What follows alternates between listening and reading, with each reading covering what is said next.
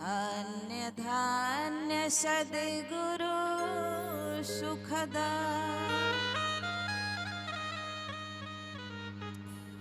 महिमा कही न जाए। जो कछु कहूँ तुम्हारे कृपा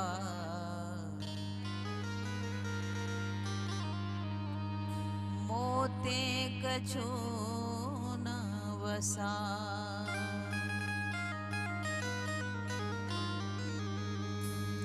अखंड मंडलाकारं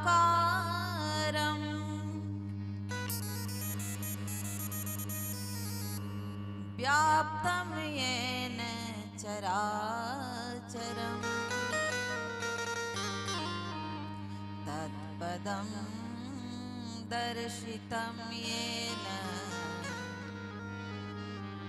तस्मै श्री गुरुवे नमः। जनकबती बाबू जन तनय आनंद मंगल रूप नेहि गुरुवर दया करी मम उर बसहु स्वरूप। मेहि गुरुवर दया करी मम उर बसहु स्वरूप।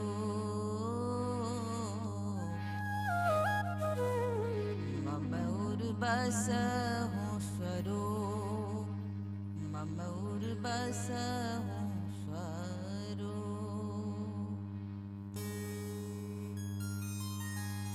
प्रातः स्मरणे अनंत श्री विभूषित गुरुदेव के युगल पावन श्री चरणों में कोटि कोटि शशांक दंडवत प्रणाम। मंचासीन महात्मा को भी बारंबार प्रणाम है और यत्र तत्र से सत्संग में पधारे हुए विद्वत जन, बुजुर्गों, नौजवान भाइयों तथा सीता, सावित्री, शांडली के चरित्र को चरितार्थ करने वाली धर्मशिला और ध्वनि विस्तारक यंत्र द्वारा जहां तक मेरी आवाज जाती है वहां तक सत्संग के वचनों को सुनने वाले श्रद्धालु भक्तों सभी को बारंबार प्रणाम। अब अंतिम घड़ी में तो अंतिम ही बात सुने, अंतिम में तो अंतिम ही सुनना चाहिए। अब जो है 4 सत्र के लिए यह केंद्रीय सत्संग का आयोजन किया गया था। सो अब अंतिम बेला में ही हम लोग उपस्थित हैं, तो इसका मतलब नहीं कि कथा का अंत हो गया। कथा का अंत नहीं होता है। हरि अनंत, हरि कथा अनंत, कहा ही सुनई बहुविधि सब संत। परमात्मा भी परमात्मा का अंत नहीं है, न उनकी कथाओं का कहीं अंत है। और लेकिन हम आप बिछड़ रहे, बिछड़ भी नहीं रहे। यदि अंदर में आपको प्रेम है, श्रद्धा है, तो आप दूर नहीं है, मैं भी दूर नहीं जा रही। क्योंकि प्रेम के बस में भगवान भी पड़ जाते, नहीं आते, अपना नियम भी बदल देते हैं। तो इसी कारण कल हम नियम बदल कर भी आए। सत्संग जाना था कहीं और आ गए कहीं और। जब भगवान भी नियम बदल देते तो हम क्या है। प्रबल प्रेम के पाले पड़कर, प्रबल प्रेम के पाले पड़कर प्रभु का नियम बदलते देखा, प्रभु का नियम बदलते देखा। अपना मान टले टल जाए पर भक्त का मान न टलते देखा। भगवान भी समय समय पर अपना नियम को बदल देते हैं भक्तों के लिए। तो हम लोग तो साधारण हैं। अब जो है अभी अभी रात्रि का समय है, आप लोगों को भी जाना है, फिर भोजन भंडारा भी करना है और संतवाणी की पाठ आप लोग बड़ा ठाट बाट से सुना है और पूर्वक्ताओं से आपने बड़ी अच्छी अच्छी बातें को सुना है। लेकिन सुन करके कुछ ले जाइए, कुछ ले चलिए, कुछ ले चलिए, कुछ दे चलिए। कुछ इंसान की खुशबू रहती है, इंसान बदलते रहते हैं, दरबार लगा रहता है, दरबान बदलते रहते हैं। ये संसार का नियम है, ये चलता रहेगा। लेकिन हम लोगों को क्या लेकर चलना है, क्या छोड़ना है, इस पर जरा विचार कर लेना।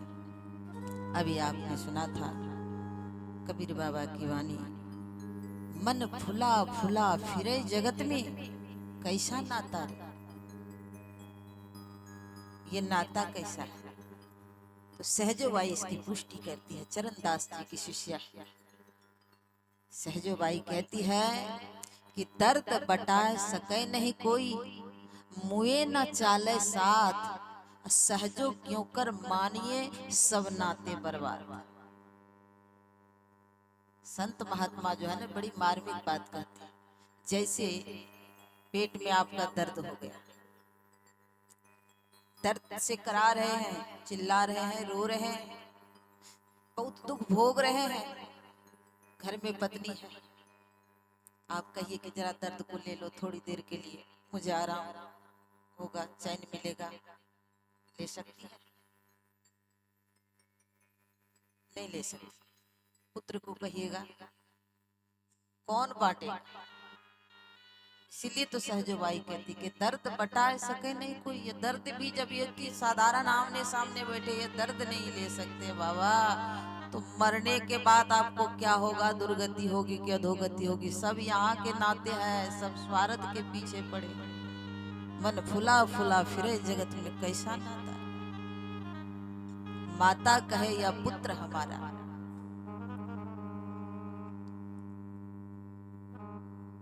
माँ तो कहती है कि बेटा बड़ा अच्छा है, पुत्र कमाई कर धन लावे, माता करे प्यार, पिता कहे या पुत्र हमारा अकलमंद होशियार। देखिए सब स्वार्थ के पीछे पड़े। तो इसीलिए जब तक जीते हैं तो माता तो कहती है पुत्र मेरा है, बहन कहे वीर मेरा, ये मेरा भाई है। पत्नी कहती है क्या, आपके बिना मैं भी नहीं जी सकूंगी। बहुत तरह से कसमे वादे खाते रहते हैं, देखते हैं। अभी हमारे नौजवान भाई लोग हैं, मैं बड़ी खुश हुई यहाँ आकर कि सत्संग में कम से कम आकर अभी 2-3 घंटे से अभी खड़े हैं। आप लोग तो यहाँ पंडाल में बैठे हैं, देखिए खड़े खड़े भी सत्संग सुन रहे, कितने इच्छुक हैं।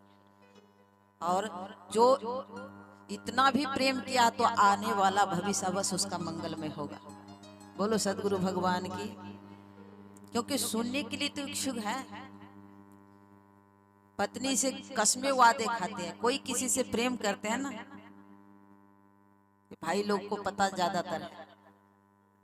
आप लोग तो बूढ़े हो गए, अब रिटायर हो गए। प्रेम करते हैं तो क्या कहते हैं कि देख अगर तू नहीं रहेगी तो मैं भी नहीं रहूंगा, मैं जहर खाकर मर जाऊंगा, तू चली जाएगी तो मैं भी मर जाऊंगा।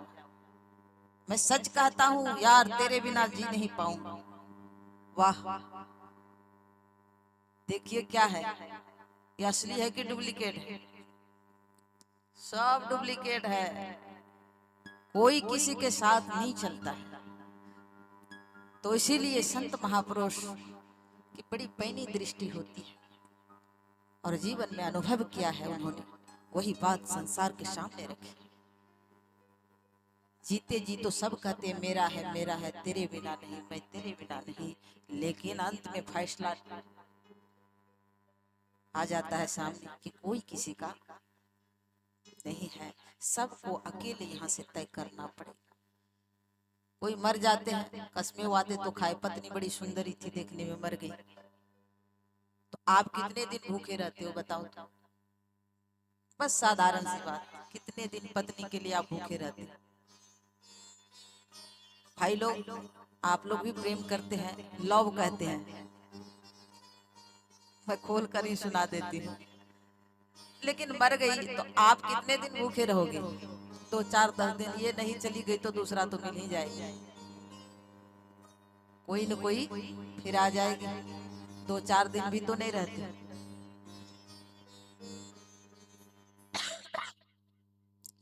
तो इसीलिए कसमें वादे सब झूठे हैं, कुछ भी सच्चा साचा हरि का नाम है, झूठा सब संसार, चरण दास सो सुख कही सुमिरन करो विचार। श्वासा लेवे नाम बिनो सो जीवन धिकार, श्वास श्वास में नाम सुमर ले यही धारणा धार। सच्चा यही है कि परमात्मा का नाम भजन कर लो, सुमिरन कर लो, तुम्हारे साथ जाएगा। नहीं तो मरने के बाद, अभी सुना रहे थे, बस कितना मिलेगा, कितना? घर में महल है, अटारी है, तोशक है, गलीचे है, आराम से सोते हैं, बहुत सारी व्यवस्थाएं हैं, परंतु जाने के समय में बस चाहे राष्ट्रपति हो, प्रधानमंत्री हो, कोई भी हो, एमपी एमएलए जो भी हो, सबको बांस की चचरी पर, सबके लिए यही विधान है। लोगवा काहे खातिर भजन में बेईमान बनलवा, ये देहिया 2 दिन की मेहमान बनलवा। तोरा जाए के खातिर कितनो करबा तू कमाई, तोरा संग कुछ ना, तोरा जाए के खातिर बांस के विमान बनलवा। बस विमान, यही डोली को याद कीजिए। और वो कफन भी कहाँ तक? शमशान घाट तक। चिता पर जैसे आपको दिया जाएगा ना, वही सब जलकर भस्मी, हाड़ जले जस सूखी लकड़ी, हड्डियां जो है ना शरीर में, सूखी लकड़ी की तरह जलकर भस्मीभूत हो जाती है। केस जरे जस घास, सोने जैसा काया जल गई, कोई ना आया, बस जलाकर वहां से आ गए घर में। बहुत बहुत तो 13 दिन तक, कितना? 13 दिन तक चिंता करेंगे, खोज करेंगे, इसके बाद सब फिर करे घरवासा। जब लग जीवे माता रोवे, सुने थे ना? माता को बहुत स्नेह है अपने पुत्र से, जब तक माँ जीवित रहती है ना तब तक रोती है। जब लग जीवे माता रोवे, बहन रोवे 10 मासा, 10 महीना तक, जब तक बरखी न आ जाए, फिर साल में जो एक बार रक्षाबंधन आ जाए तो फिर याद करती है। बहन रोवे 10 मासा, 13 दिन तक तिरिया रोवे। पत्नी कितने दिन तक? 13 दिन तक, 13 दिन तक तिरिया रोवे, फिर करे घरवासा। बस 13 दिन से ज्यादा नहीं, क्योंकि कारोबार संभालना है ना, आपके पीछे पागल हो जाएंगे और घर कौन संभाले। तो इसीलिए कबीर बाबा सबको समझाते हुए कि बता रहे हैं कि बस जगत में ये सब झूठा नाता है, और सच्ची कमाई कर लो जो तुम्हारे साथ चलेगा। और वहां जीव को अकेला जाना पड़ता है, और जो सदगुरु के शरण में आए हैं यहाँ भी सहायक होते हैं और वहां भी सहायक होते हैं। मनुष्यों की स्थिति क्या है संसार में, आइए थोड़ी सी हम जानते हैं उसको। एक व्यक्ति, इसके माध्यम से आप समझ लेंगे, फिर मैं कथा को विराम करूंगी, आपको भंडारा भी करना है, फिर घर को प्रस्थान करना है। एक व्यक्ति तपस्या के लिए जंगल गया था। ध्यान से सुनिएगा, मनोरंजन बहुत हो गया है, थोड़ा दुख भंजन भी कर लीजिए। तपस्या के लिए जंगल गया था। और जंगल में 12 दांतों वाले हाथी ने उसका पीछा किया। तब तपस्या में मन लगेगा, तपस्या करेगा। अब तो भय के मारे कांप रहा है कि अब कहाँ जाए, कहाँ हम छिपे। तो एक बहुत बड़ा पेड़ था कि उसी पर चढ़ गया। हाथी वहां से, वो बट वृक्ष था, बट वृक्ष के पास जब भाग कर चले गया ये वह आदमी जो तपस्या के लिए गया था, तो हाथी धीरे धीरे पीछा किया, बट वृक्ष के पास आ गया। वो आदमी काफी डर कर भयभीत हो गया, वृक्ष के ऊपर में चढ़ गया तो अब कितना देर तक भूखे प्यासे बेचारा वह रहेगा। बड़ी चिंता है कि हाथी तो वहां से भागता नहीं, एक दांत दो दांत वाले हो तब ना। हाथी को कितना दांत है, कितना रहता है, 2 ठो ना। यहाँ 12 दांतों वाले हाथी। ध्यान से सुनिएगा, फिर मैं पूछूंगी, आप ये मत कहना कि याद नहीं। बेचारा डर के मारे कांपने लगा, थर थर कांप रहा है, भयभीत हो रहा है। अब हाथी भी वहां से नहीं भागता है। तब तक में दृष्टि पड़ गई ऊपर कि वृक्ष की एक जटा लटक रही है कुएं पर। तो सोचा इसी जटा के सहारे मैं कुएं में उतर जाऊंगा, किसी तरह जान बच जाएगी। जटा को पकड़कर जैसे कुएं में उतरना चाह रहा था कि जटा को पकड़कर अब बीच में तो लटक गया। तो नीचे क्या देखा कि एक भयानक अजगर कुआं में बैठा हुआ। ऊपर 12 दांतों वाले हाथी हैं और नीचे भयानक अजगर बैठा है। अब तो और भयभीत हो गया, अब न ऊपर है न, अब बीच में अटक गया। कब तक रहेगा वहां पर। कुछ देर के बाद क्या होता है, कुछ वृक्ष की डाली में मधुमक्खियों ने छाता लगा रखा था, वहां से मधु टप टप करके कुएं में गिर रहा था। तो वो आदमी जो लटक रहा था अपना मुंह जोड़ दिया उसे, वही मधु का रस अब वो पी रहा है। अब ऊपर वाला डर भी खत्म, नीचे वाला डर भी खत्म, आनंद में अब भरपूर है। अब जो मधु का रस जो चू रहा है वो ले रहा है। लेकिन थोड़ी देर बाद क्या हुआ कि जिस डाली को, जटा को पकड़कर लटक रहा था ना, काले रंग का चूहा और उजले रंग का चूहा दोनों अब काट रहा है।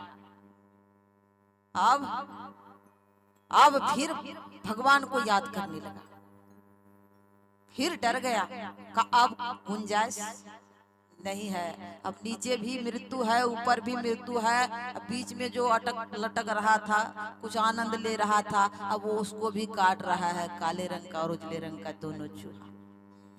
तब परमात्मा से प्रार्थना करने लगे, हे प्रभु, हे परमपिता, हे जगदीश्वर, आपके सिवा इस विपत्ति से छुड़ाने वाले कोई नहीं है, कोई सहायता करने वाले नहीं है, आप ही बचा सकते हैं और दूसरा कोई नहीं। तो परमात्मा ने पुकार सुन ली। परमात्मा का नाम है दयानिधि। दया का निधि, निधि मतलब होता खजाना, दया का खजाना ही है परमात्मा के पास। एक बार आप दौड़ कर चले जाओ उनके पास, करुण पुकार सुनकर परमात्मा दौड़े दौड़े आ जाते। जितना स्नेह आपके माता पिता परिवार के लोग नहीं करेंगे, उससे कई गुना अधिकतर परमात्मा आपसे प्रेम करेंगे, क्योंकि आप उधर जाते ही नहीं। परमात्मा ने तुरंत पुकार सुन ली। हम लोगों के ऊपर भी जब कठिन से कठिन विपत्तियां आती है, तब भगवान को ज्यादातर याद करते, प्रेम से आंखों से आंसू बहाकर। जब विपत्ति टल जाती है तो फिर आप जाइए भगवान, आप अपना स्थान पर, फिर विपत्ति आएगी तो देखा जाएगा। चला तो परमात्मा ने, आइए उधर नहीं सुनाऊंगी, परमात्मा ने पुकार सुन ली। परमात्मा स्वयं किसी रूप में आ गया। कुछ देर के बाद देखा क्या कि एक मोटा तगड़ा आदमी आया और वहां से आवाज दे रहे हैं, कहा कि कुआं से बाहर निकलो। कुआं से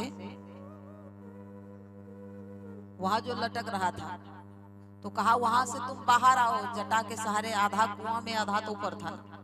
कहा कि अब तुम बाहर निकलो, मैं तुम्हें सही सलामत जंगल से बाहर निकाल दूंगा, मेरी बातों पर विश्वास करो। इतना जो कहा, भयानक परिस्थिति में कोई सहारा देने वाले अगर मिल जाए तब कितना आनंद आता है, मन कितना उल्लास होता है कि समझ गया कि कोई न कोई आया है।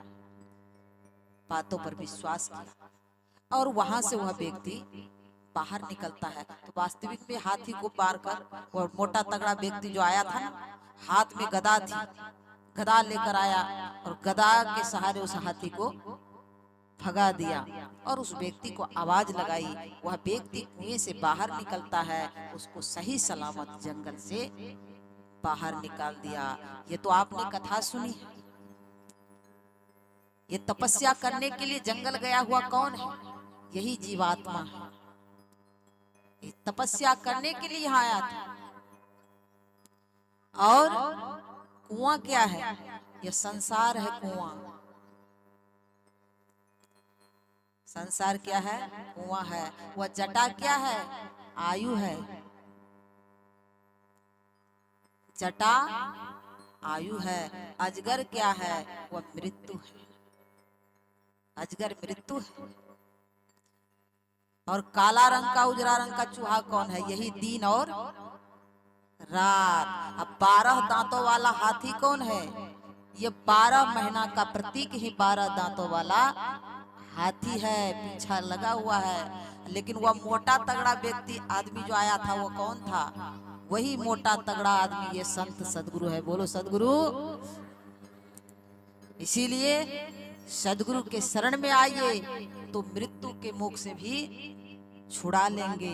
नहीं तो जा दिन मन पंछी उड़ी जाई है, ता दिन तेरे तन के तन तरुवर के सब पात झड़ी जाइए। ये कान नाक आंखें सब कहाँ हुआ रंग, कहाँ हुआ शोभा, क्या दिखाएंगे? कुछ नहीं है, सब मिट्टी का है। थोड़ी दिन में आप मिट्टी हो जाओगे, कहाँ चले जाओगे कोई पता नहीं रहेगा। इसलिए थोड़ा सा समय मिला है, सदगुरु के शरण में आइए और अपने जीवन को धन्य बनाइए। कहने सुनने की बहुत सारी बातें हैं और आगे नहीं सुनाऊंगी। सारे धर्मों में दान का, सारे दानों में धर्म का दान उत्तम है। सारे रसों में धर्म का रस मीठा है। सारे आनंदों में धर्म का आनंद श्रेष्ठ है। तृष्णा को मारने से ही सब सुख मिलता है। ये हमारे नीतेश्वर झा और यहाँ के पूरा ग्रामीण जिन्होंने ये सत्संग का व्यवस्था किया है, उनको गुरु महाराज की तरफ से बहुत बहुत धन्यवाद और साधुवाद है। और यह भवन जो है आश्रम, आप सबों से भी प्रार्थना, आप सब कोई मिलजुल कर यहाँ जैसे होता है इसका विकास कीजिए और यहाँ आकर साप्ताहिक सत्संग कीजिए।